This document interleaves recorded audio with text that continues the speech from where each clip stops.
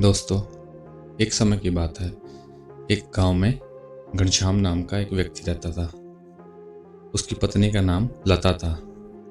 उन दोनों की दो बच्चियां थी, चिंकी और पिंकी।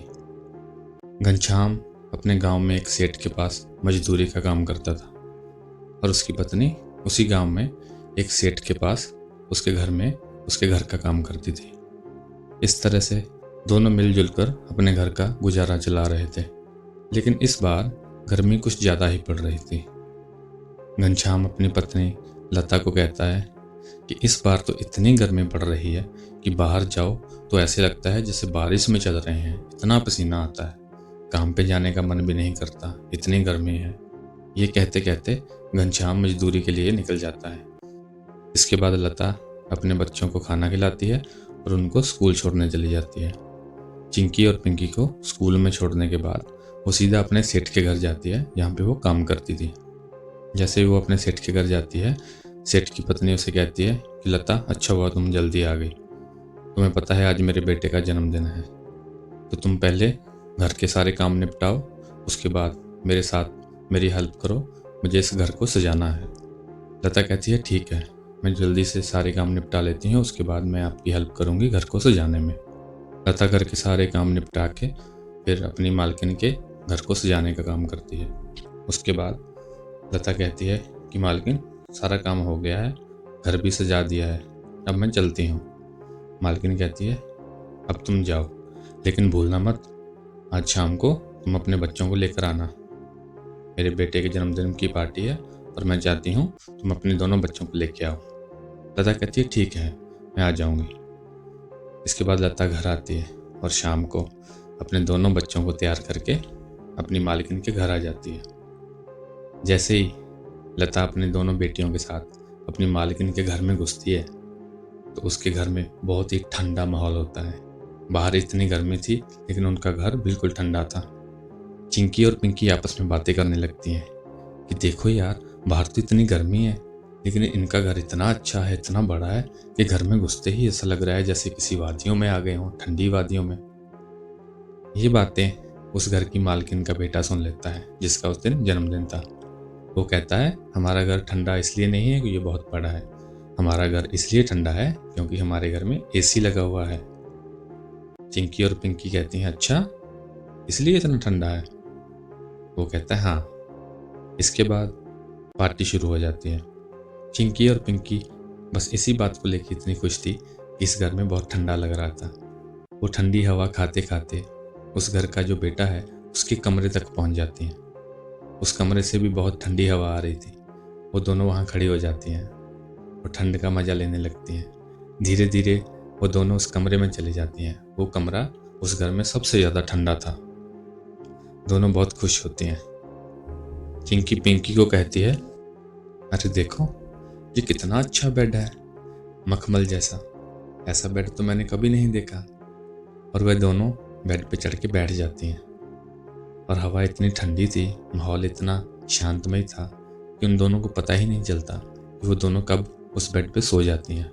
15-20 मिनट के बाद उस घर की मालकिन की बेटी, छोटी बेटी आती है कमरे में। वो देखती है कि उनके घर की नौकरानी की दोनों बेटियां उनके बेड पे सो रही हैं। वो एकदम से गुस्सा हो जाती है और अपनी माँ को चिल्ला चिल्ला के बुलाने लगती है। उसकी माँ फटाफट आ जाती है और वो आके उन दोनों पे चिल्लाने लगती है। वो दोनों उठ जाती हैं और दोनों डर जाती हैं। ये इतना शोर सुन के लता भी ऊपर आ जाती है। वो कहती है मालकिन क्या हुआ? मालकिन कहती है देखो तुम अपनी बेटियों की करतूत, मैंने सोचा था गरीब हैं, कभी ऐसी पार्टी देखी नहीं होगी, इसलिए तुम्हें बोल दिया कि अपने बच्चों को लेके आ जाना, थोड़ा अच्छा खाना खा लोगे, थोड़ी देर अच्छे माहौल में रह लोगे। लेकिन तुम लोग इस लायक ही नहीं हो। देखो तुम्हारी गंदी बेटियों ने गंदे कपड़े, मैले कुचले कपड़ों से मेरा बेड गंदा कर दिया है।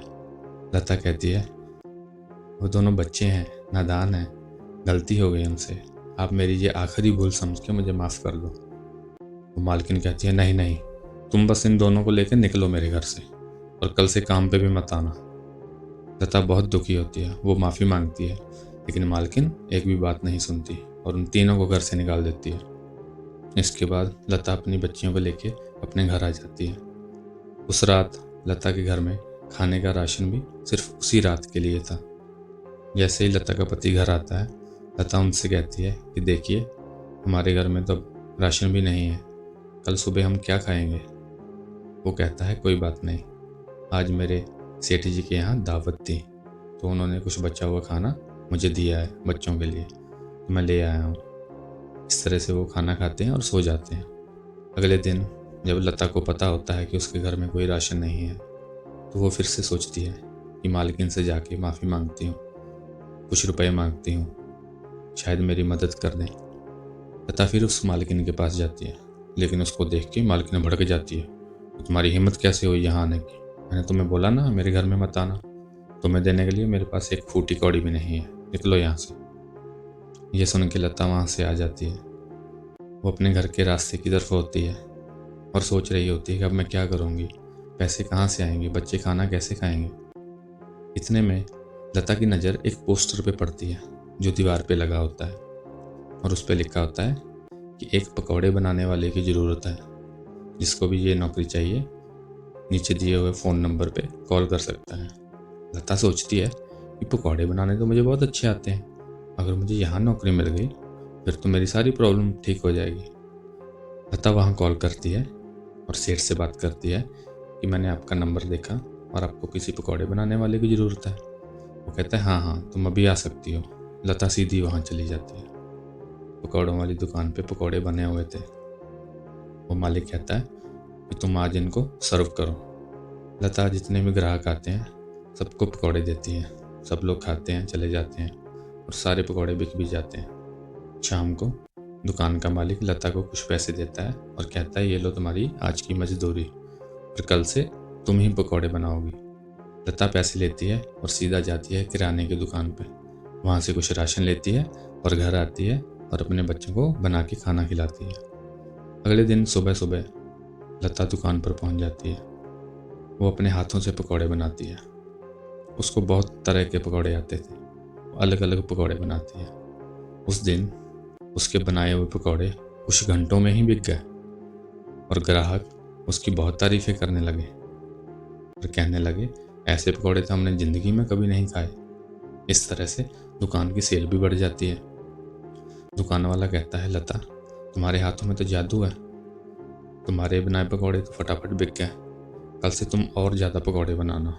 और मैं सोच रहा हूँ दुकान में एक एसी भी लगवा लेते हैं, ताकि ठंडे ठंडे माहौल में गर्मा गर्म पकौड़े लोगों को खिलाएंगे हम। लता कहती है जी मालिक, ये तो बड़ा अच्छा विचार है। अगले दिन उस दुकान में एसी लग जाता है। लता पकौड़े बनाने का काम शुरू कर देती है। ग्राहक आते हैं और जो एक प्लेट पकौड़े खाता था वो दो दो खाने लग जाता है। दुकान की सेल बढ़ जाती है। दुकान का मालिक बहुत खुश होता है। वो कहता है लता, तुम्हारे हाथों में ऐसा क्या जादू है?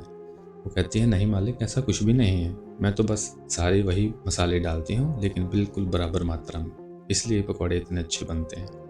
मालिक कहता है कुछ भी हो, तुम्हारे हाथों में जादू है, तुम बस धड़ाधड़ पकौड़े बनाओ और ग्राहकों को खिलाओ। एक दिन शाम को जैसे ही लता अपने घर आती है, वो देखती है उसकी दोनों बच्चियां आपस में बातें कर रही थी। चिंकी पिंकी को कहती है कि यार तुमने देखा उस दिन हम जब उस घर में पार्टी पे गए थे, कितना अच्छा माहौल था, कितनी ठंडक थी वहाँ, यहाँ तो इतनी गर्मी है। ये बातें जैसे ही लता सुनती है उसको बहुत दुख लगता है। वो थोड़े थोड़े पैसे जोड़ना शुरू कर देती है। वो अपने बच्चों की ख्वाहिश पूरा करना चाहती थी। कुछ दिनों बाद लता कुछ पैसे जोड़ लेती है और वो अपने मालिक से थोड़े पैसे उधार भी ले लेती है और फिर जाती है एक भंगार की दुकान पे। वहाँ पे पुराने कूलर, पंखे, एसी पड़े हुए थे। लता एक एसी की कीमत पूछती है। दुकान वाला कहता है ये 10,000 का है।